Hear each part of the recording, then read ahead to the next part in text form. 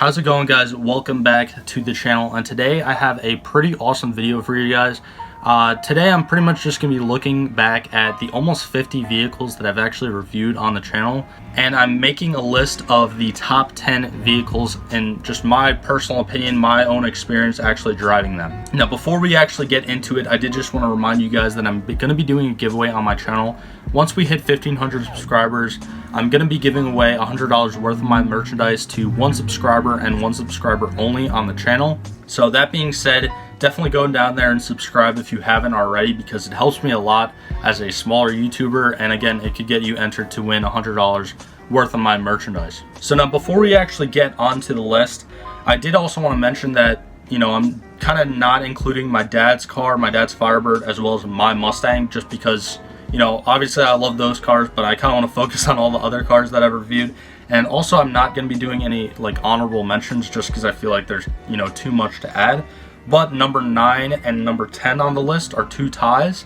So, going right into it, at number 10, we have the 2018 Honda Civic Si and the 2014 Ford Focus ST3. Now, both of these cars I felt like were solid number 10s in my opinion. They were very, very similar driving experience with the, boosted 4-cylinder engine with the front wheel drive. They were just overall very fantastic daily hatchbacks that could go onto the track. And also, both of these cars really took me by surprise when I first drove them. I really wasn't expecting a lot from them, from either the Civic or the ST3, and they really delivered. And again, I had an absolute blast driving them. They're phenomenal handling cars, and for the most part, they definitely make a decent amount of power for the weight of them. Now, one thing that definitely did separate the ST3 from the Civic, in my opinion, is the ST3, specifically that trim. Ford did a phenomenal job on the interior. The interior was all leather, and I'm pretty sure it also came with leather Recaros, which was another thing that was really surprising to me. And again, both of these cars, very similar driving experience, and I feel like they should both be on this list. Now, moving on to number 9, I have the pretty much full bolt-on snow camo wrapped 2015 Evo 10, as well as the C7 Corvette Premier Edition that I did a review on. Now, unlike the two cars at number 10 on this list, they were completely different driving experiences from each other. The Evo was pretty much all-wheel drive. You're dealing with high 300 horsepower to the wheels. Definitely very surprising. There's actually a clip of me when the boost kicks in and my hair gets freaking thrown up on my head, which is kind of hilarious. And also the C7 Corvette.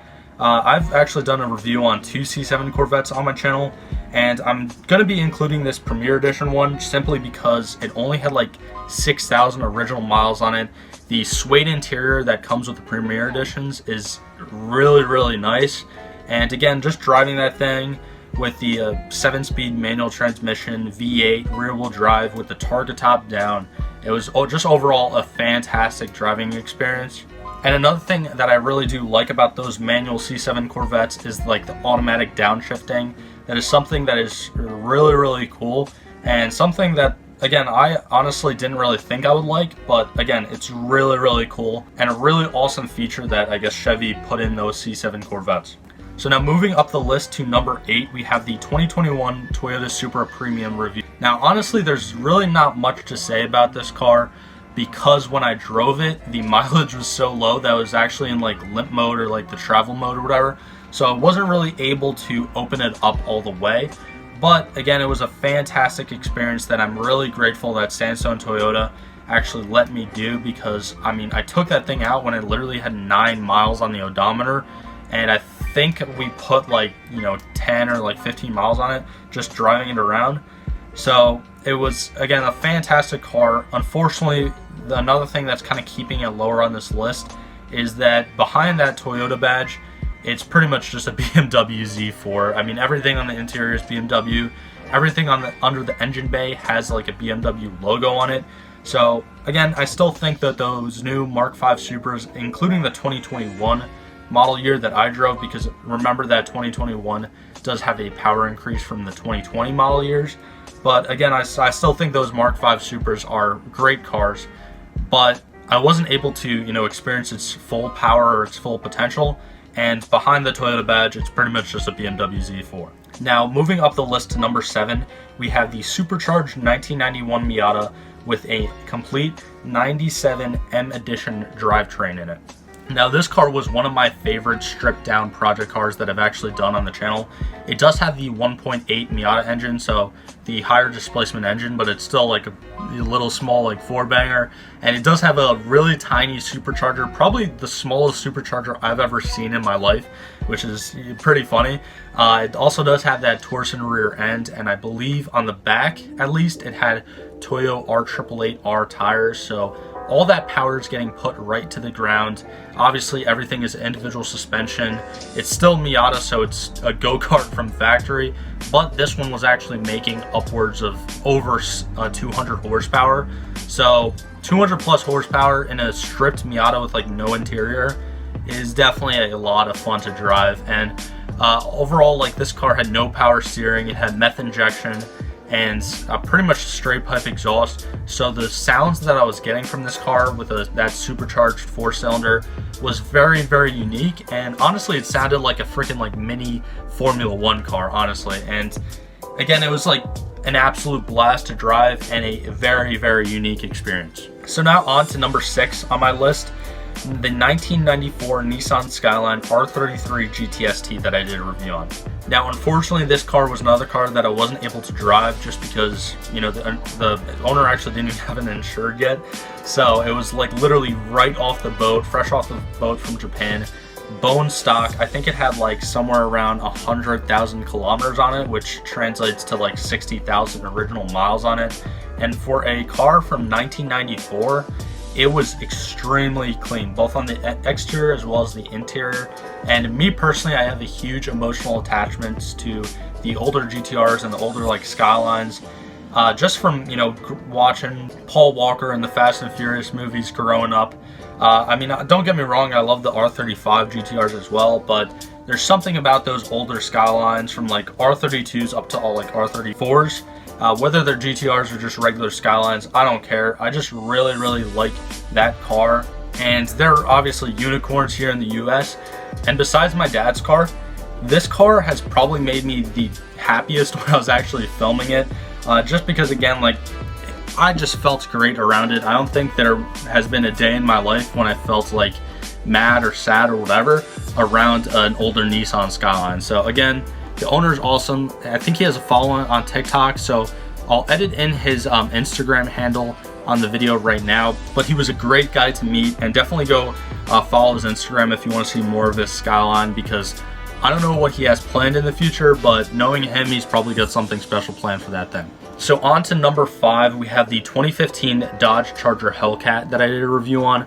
Now, again, this is a very similar scenario to the Skyline. The owner was absolutely awesome. I'll also edit in his Instagram handle as well. He's got a pretty decent following on Instagram. And pretty much when I drove it, it was bone stock. And technically, it's actually still like the highest horsepower car that I've driven in my life. Now, I say technically because number 2 on this list is very, very close. But this thing was really, really awesome to drive. As far as like handling and braking is concerned, I mean, it's a Charger. It's an absolute boat. So unfortunately, like, it wasn't really that fun to, like, you know, turn around corners or whatever. But just gunning it in a straight line with, you know, the full like 700 plus horsepower and no traction control. I mean, the thing like spun like crazy at first, but once the tires started to heat up, it really like hooked. And then another thing that was honestly really impressive and surprising about it was towards the end of the review, when I believe we put it in like valet mode or something like that, and it bumped the power down, and it literally felt like I was driving like a regular RT, or even like the 2018 V6 Charger that I did a review on. Like, it just felt so docile. And it's honestly amazing that Dodge has all like the different, you know, options and all the different vehicles that now have the Hellcat drivetrains in them. So again, like, I was extremely impressed over this car. And actually showing up to the review, I didn't think I was going to drive it, but like halfway through the walk around, the owner actually said, yeah, like, you know, you can drive it or whatever. So that definitely got the heart rate up, and it was just overall, like, it was awesome to be behind the wheel of that thing. So now moving on to number 4 on this list, we actually have the 1965 Volkswagen Beetle. Now, this is just thinking about it, this is probably the one car that people might question, like, oh, why are you putting a Beetle over a Hellcat? And again, this is solely based on experience, and this is actually, I believe I mentioned it in the review of this car, but this is my girlfriend's father's car, and it was originally his father's car, and it's pretty much been in his family for the car's entire life. And there was a long period of time when this car was kind of like neglected and forgot about, and it, like anything else, it just kind of like deteriorated over time. And I believe around like 5 to 10 years ago, somewhere around that, you know, time frame, my girlfriend's father actually went ahead and brought it into a shop, and they did a completely like stock restoration on it. So whoever restored it, it's obviously someone out in San Diego, did a phenomenal job on it. It literally looks like it just rolled off the assembly line in 1964, 1965. And the interior is phenomenal. The exterior is, like, the paint's a mirror. It has like the old chrome wheels on it and everything. The engine is the original engine. It's just kind of rebuilt, as well as like the trans and, you know, everything else underneath the car. And when I actually did the review on it, me and my girlfriend pretty much took it to like the beach and like drove on the coastline or whatever. So again, like, I'm not making this list based off performance or stats or anything like that. It's solely based off my experience when I filmed these cars. And this thing was just absolutely awesome to drive and film. And again, like, whenever I'm driving that thing, I just feel happy. Like, it's just an awesome car to be in. So now moving up the list to number 3, we have the completely custom 1934 Ford Model 40. Now this car, just like the Beetle, has a phenomenal story. It's actually pretty much my father's old co-worker's car, and he built this thing from the ground up. It has a complete fiberglass body. The drivetrain is completely done, and don't even get me started on like the exterior and the interior of the car, because it's a trophy car. It's won the owner so many trophies. We actually joke about it with him. But the paint is flawless on it. It's an absolute mirror. It's like this really, really dark red wine color. I forgot the specific color. I'm sure if he's watching this, he's probably going to text it to me. But it is an absolutely beautiful car. It has nice ghost flames on the side. And actually powering it is a 383 stroked out Chevy small block engine.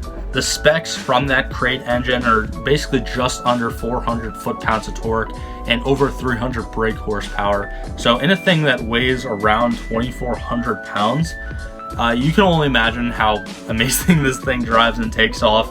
And the suspension is all done up, and the brakes and everything on the car. So it's honestly like a go-kart when driving in it. It's not like something you'd think of like a big, you know, classic American muscle car. It's really not like that, and it's not like bulky like the Hellcat. This thing can corner, and it can do it fast. Like it's an amazingly built car. And honestly, when driving it, probably the only bad thing while driving it is the really, really like baby windows on it. And it's a 3-window coupe, so I was like trying to like, you know, bend down while driving it, and again, the paint is pristine on it. So I was kind of like ducking down, trying to not to like hit any rocks or like chip the paint or anything. And it was definitely like, it was a little bit stressful to drive, but it was also a lot of fun to drive. Now moving up to number 2, we have the 2018 Porsche GT2 RS.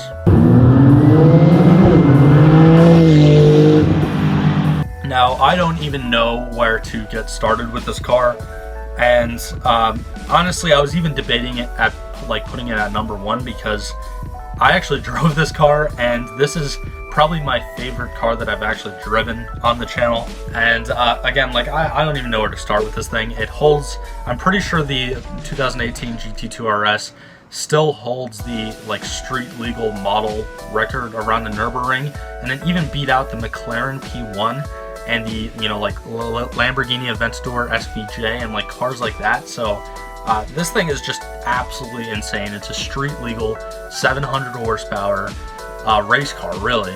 And going back to what I said before, like joking around with the Hellcat, technically the Hellcat is 707 and this is like 700 even, I believe, the GT2 RS. So still, it's it's just like, so I mean, still, like, even though I guess it's a couple horsepower less than the Hellcat probably weighs like twice the amount of the weight as the GT2 RS, and plus the rear engine setup with the twin turbo 6-cylinder engine in the back there. It's just rear-wheel drive, so there's a couple times when I was driving that thing when it sincerely felt like it was trying to kill me. But again, the owner was an amazing guy, and this is another car that I did not think I was going to be driving when I initially got to the review and met up with the owner, but he did allow me to drive it, and I mean, I'm very thankful for that, so thanks a lot. And this is one of those cars where, you know, if you told me a year ago when I started my YouTube channel you'd be filming or actually driving something like this, I'd probably laugh at you. But yeah, this thing was just an absolute blast to film and drive, and I can go on and on talking about it, but if you haven't seen it, I'll link the review at the top of the video right now. So now moving on to number one, by far probably my favorite car that I've done a review on this channel. It is the 2019 Ford GT. Now, a lot of people go back and forth between these new Ford GTs, and you know, the debate whether they should be referred to as, you know, supercars or hypercars or race car, like whatever. I'm telling you right now, this thing is a damn hypercar.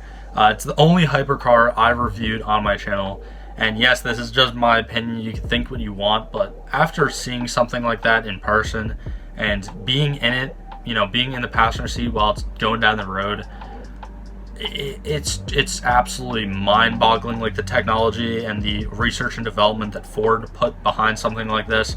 And probably the most favorite part of this car is that Ford built this to win Le Mans, just like the original, you know, GT40. They basically, I think it was like the 50th anniversary of their first win, like the 1966 one, and they just went into, you know, 2016 or whatever it was, and they just built the chassis. They built the car from the ground up for Le Mans, specifically for Le Mans, and then they won it. And now the, you know, GT that they're actually selling, or well, you need an application to buy one, but this GT is the same exact chassis as the Le Mans car. So it's, again, it absolutely takes my breath away. There's so many things that I want to sit here and tell you guys about, but I know I've kind of been rambling on about all these cars, and again, this is another car that I have to definitely, you know, thank the owner for. And it was really cool meeting him, because the owner is actually Bob Ida, and he owns a shop here in New Jersey called Ida Performance, and he's another like absolute legend in the car community. He has so many different records, and just, you know, seeing him like talk about like all the different things he's done and his shop has done or whatever, it was a really cool day and fun day.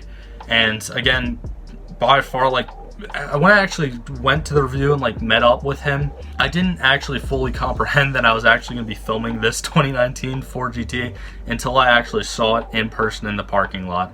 And I mean, I did say before I was kind of debating whether or not I should put the GT2 RS at number one, since I actually drove it, and I didn't drive this Ford GT, unfortunately. But still, even though I didn't drive it, like, it was an absolute dream come true to actually be able to do a video on a vehicle of like that magnitude, which is, it's awesome. But yeah, guys, that's pretty much it, and I'll edit in the list right now for you guys so you can kind of review on your own.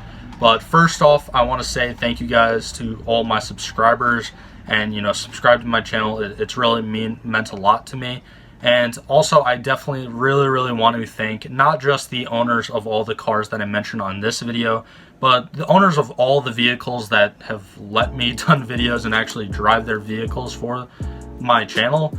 And again, if it wasn't for people like you guys, I really, you know, wouldn't have anything to make. And I definitely understand, you know, at being a car enthusiast, handing over the keys to your car to someone else it can be definitely pretty scary, and it's definitely takes a decent amount of trust to do it. So I really appreciate all the different owners of all the vehicles that I've actually reviewed on the channel. And again, as of, you know, March 29th, 2021, this is pretty much my list. I hope that I film more and more awesome cars in the future. And like always, guys, thank you for all the support, and I'll see you guys in the next one.